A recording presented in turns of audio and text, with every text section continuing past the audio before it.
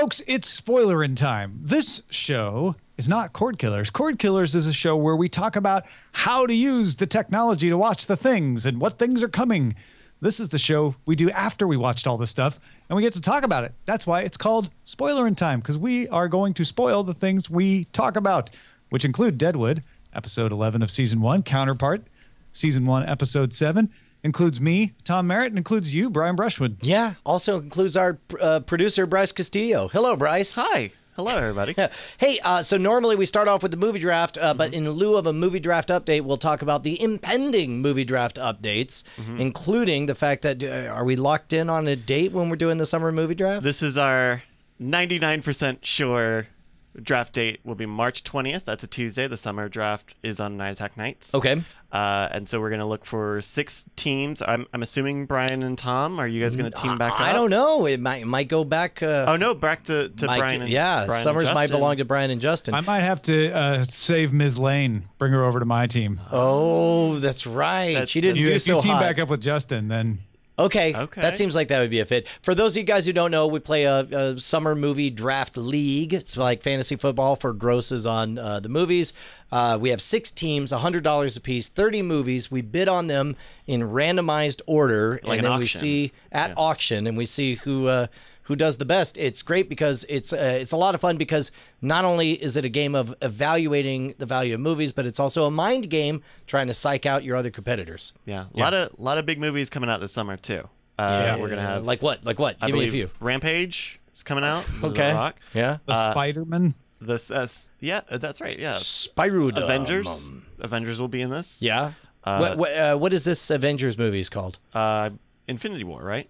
Wait, it's already Infinity War time? Yeah. The guy finally put on the glove. He's finally doing it. It's only been 10 years. There's a movie. It's not going to make a lot of money. Its gross receipts are going to be so low.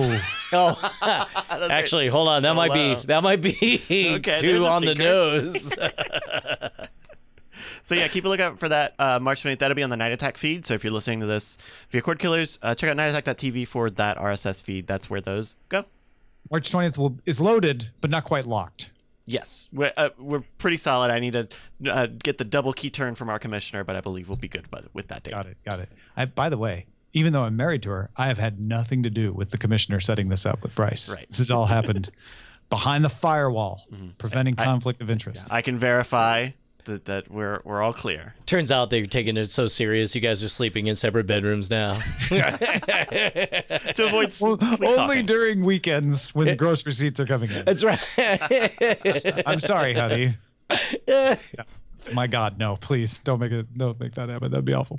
All right, let's talk about Counterpart, season only, episode 7, and we're kind of blending the worlds now to the point where we can sort of just spend all the time in one world and still get 2 world stories. So I guess we spend time on the other side in the flashback.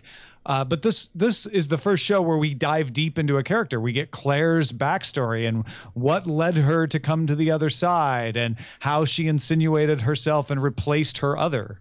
Yeah, and also, I forgive me if this has happened before. It almost certainly has happened before, but this is the first time I've noticed it because I had the closed captions on. I had seen several times before it would mention Howard and Howard Prime, but this time it did the reverse. It mentioned Claire and Alpha Claire. Oh, so I didn't have captions on it, so I didn't know. Yeah, the on-screen title said "Our World." Our World, yeah.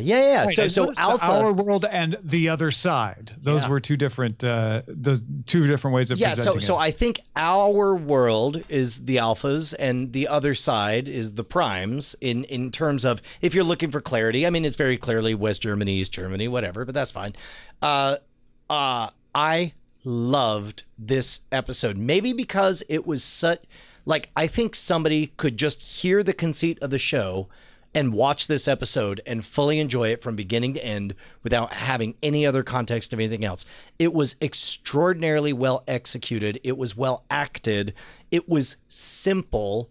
And yes, it was a monster of the week / backstory of the week or whatever, but it was very compelling and very good. her story, it's interesting because as a Rorschach test, Bryce and I had very different reads on this. Oh, yeah.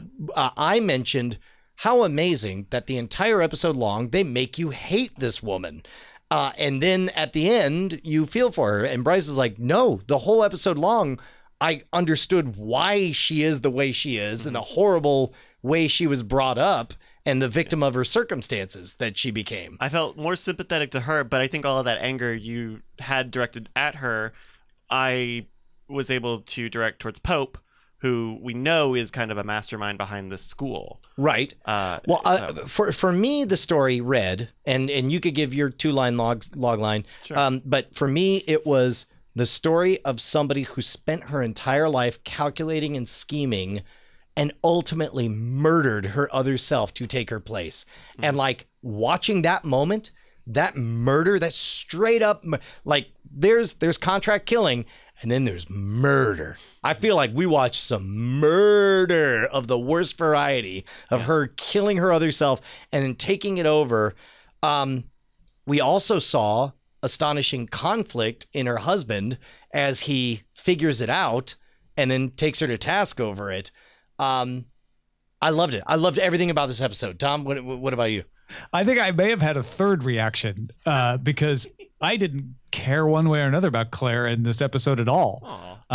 Coming up to it, I've sort of seen her as, oh, okay, so she's a secret agent, right? Working with what's her name? The shaved head girl. The assassin?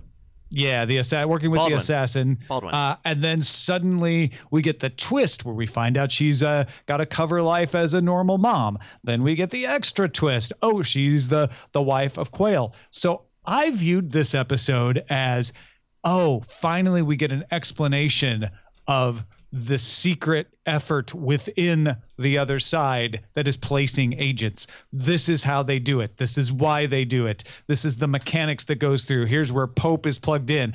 I looked at this episode purely as revelation of secrets of how the other side is doing things and why they're doing things. The teacher character was as important to me as Claire. And then how Quayle is just so spineless and weak that he screwed it up at the end because he couldn't keep his emotions in check. All he had to do was play along and pretend nothing is wrong, and he couldn't stop himself because he's a selfish, spoiled brat. All of that is true. Separate from all that, I have a theory. I think if I could point to one scene, Bryce, which made me feel differently about it than you, and it was not played up as a big scene, but it resonated with me when they're at the party and Claire Prime is sitting there between not her mom and not her dad, making small talk and excuses for her husband. And the whole time, like, oh, daddy, he's just whatever. And I just bristled with rage. And it's as a father. Sure. And it's like, I'm like, you killed his daughter and there you sit. Like, I just simmered. It was, I think that's what really got to me. And I know that wasn't a big moment in the story, but. And for me, and I think the ending really puts a good cap on my feelings, was that she did not get a choice. She grew up in a very different world and was an orphan because of the virus, was indoctrinated, and was basically told, hey, you are going to live, we're going to actually break your legs. They said that and I laughed because it was so outlandish. We're going to break your legs. And she doesn't get a choice, and the only thing it is bittersweet because an innocent person dies for it, but I see sympathy for someone who has lost everything, has nothing, lives in the shadow of this other person, just so that she can have anything for herself. That scene with her, with her parents, that was also her getting, that was to have parents. at all. Well, those are her parents. Yeah. Don't forget, up until a certain age, Those there was are only her one. parents. That's right. That's not a simulacrum. That's not a pale shadow. That's not a would-be copy of it. Those are her actual parents. That's right. Yeah. So and they just have a divergent set of experiences, but not far off. So I looked at her as a tool that was highly refined to the point that she could kill herself, because they've sort of metaphorically made her kill herself through this training program, making her break her legs and understand why and all of that. But Spencer was her weakness. Loving Spencer was the thing that always caused concern on the face of the teacher. And she names her baby Spencer. So there is still something human in her. Getting to be with her parents who are dead, and the dead parents being the reason that she had to go through the school, is another attachment to her humanity, to the point where I now am left, and this is the cool part, with the question of, is she actually loyal to the other side or not anymore, because of the baby and because of that situation and where she gets to be. And she's cut off from the continual reinforcement of her training. And I think that's the part that I appreciated the most, is that it ended with that honest downbeat of like, well, here we are. How are we going to handle this? I loved it. It was a great episode. Because her training is to swallow that pill. Now, she may be lying about it not being good anymore. It might be perfectly good, and she just thinks she can play for time. But the protocol is she's supposed to swallow that pill if she gets discovered. Yeah. But also... double agent. I mean, yes, you can't trust her. But also, you can understand what she's claiming, question mark. I will never trust her. I will never trust her. But I will understand. Let me put it this way. I don't trust her, but I deeply appreciated that seeing this couple have an honest conversation for the first time in their entire marriage. Yeah. And don't forget, that's their baby. Yeah, that's genuinely their baby. That's not Claire Alpha's baby. I guess what I like is the implication that the next thing they're going to talk about is how they're going to play both sides, and they're a team. That's what I would like to believe, is that. And how is she going to stop Quayle from messing it up? Because he messes everything up. Boy, he messes everything up. He's so weak. He's so weak and disgusting. And she's also going to be like, also, I'm in love with Baldwin. So. Oh yeah, about that. That's a good point. Yeah. We also found out that the ambassador is in on it. Because he was her contact when she crossed over. Oh, that's right. So there are figures that knows. Yeah. That's a good point. Anything else on Counterpart? No, it was great. I loved it for being self-contained and simple and very well executed. Very well executed. As self-contained as it is, left us with very important things to carry into the rest of the story, right? Yeah. It was good. All right, let's talk about Deadwood 111 and the I don't even know where to go with this. It's a lot of Swearingen. Yeah. And also a little bit of Trixie having a day out that Swearingen doesn't like and gets her put in the doghouse. None of that is the star of the show. The star of the show is the woman who appears to have some form of CP saying that she got knocked up to Swearingen, and that's why she's going to the doctor. Loved that moment. Oh, no, she goes to the doctor because she's like, hey, I think this brace will help me walk. And the doctor's like, what do you know? No, it can't. It won't work for you. Give me that book. Maybe I can make it work. Right? I love that. And then just having the gall to tell Swearingen because I got knocked up. This episode, number one, we see Swearingen very petty and very nasty. And we also, behind that veneer, get just the slightest glimpse in that last 5 minutes of the broken, hurt orphan he was and how he's still fighting the demons from his childhood. And none of it is objectively stated.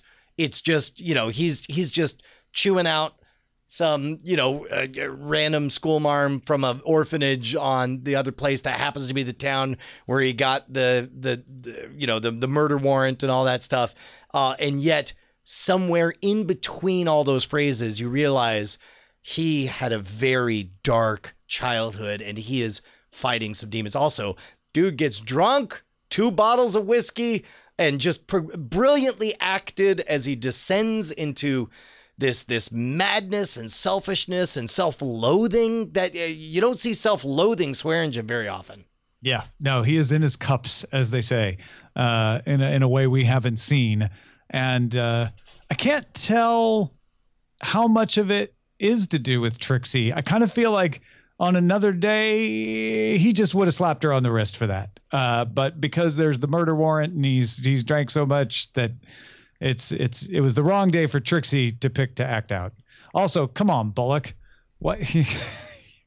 Why you rat out your partner like that? Well, I think they did a fine enough job of crafting that in such a way where it's believable. Yeah. Yeah, it's totally believable that he didn't mean to do it. Yeah. It's just that, I thought they rather expertly set that up to where it was an innocent mistake with horrific implications for his friend. Now, the other interesting thing happening is our dear lady who owns the gold mines' father comes to town, and I was maybe not, my defenses were down, but I was led to the path of, oh, here comes the disapproving Easterner that she's going to have to win on board to trust her friends. And it turns out, oh no, he's a con man.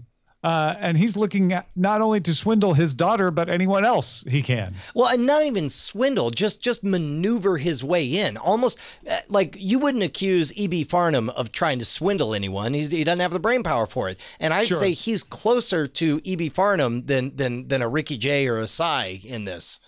Yeah, possibly Eddie. Swindle is too elaborate of a word, but I think he's somewhere above Farnham for sure. Like he's got his wits about him more so, I think.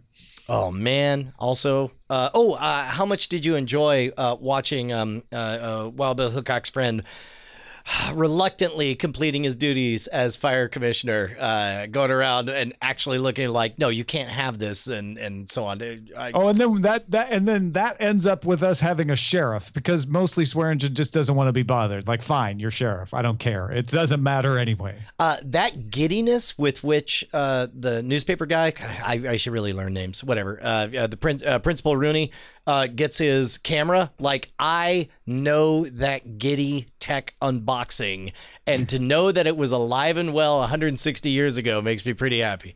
Yeah, that was a great moment of, be careful with this delicate instrument, and then you pull it out and you're like, that thing's actually pretty solid state. Like, it could take a bumper or two, but you know how people get with their new tech, and that's what that is. It's new tech. Well, and I equally loved the nature of so-called cameo, or not cameo. What's it? Casual, when you're just not posed. Wait, what do you call a photo candid. What's that? Candid. Candid. Started with the C word. I'm old. The idea of a candid shot, including a giant flash powder puff, and I don't know, loved it. Loved all of that. Yeah, because people weren't perfectly posed and waiting. It becomes candid. Yeah. Pretty great. I'll be honest. This is a connective episode. There's not anything other than, I guess, the introduction of her dad and the revelation that he is not on the up and up. Nothing. Oh, I thought it was a meditation and a reminder of the darker side of Swearingen. Yeah, I think we're reminded where that comes from and how potent it is. Character than event based in this particular episode. Agreed. Well, thank you, folks, for watching along with us. We hope you're enjoying it. And as we always say, we'd love to chop these episodes up and make them even easier for you to find after the fact. If you're catching up on something and you're like, I'm watching Counterpart, but I don't have time for Deadwood now, join our Patreon. You'll not only get these episodes a couple of days earlier than other people, but you'll also be pushing us towards our goal that will allow us to have a more easily accessible library of past Spoiler in Time episodes. So join us at patreon.com/Cordkillers.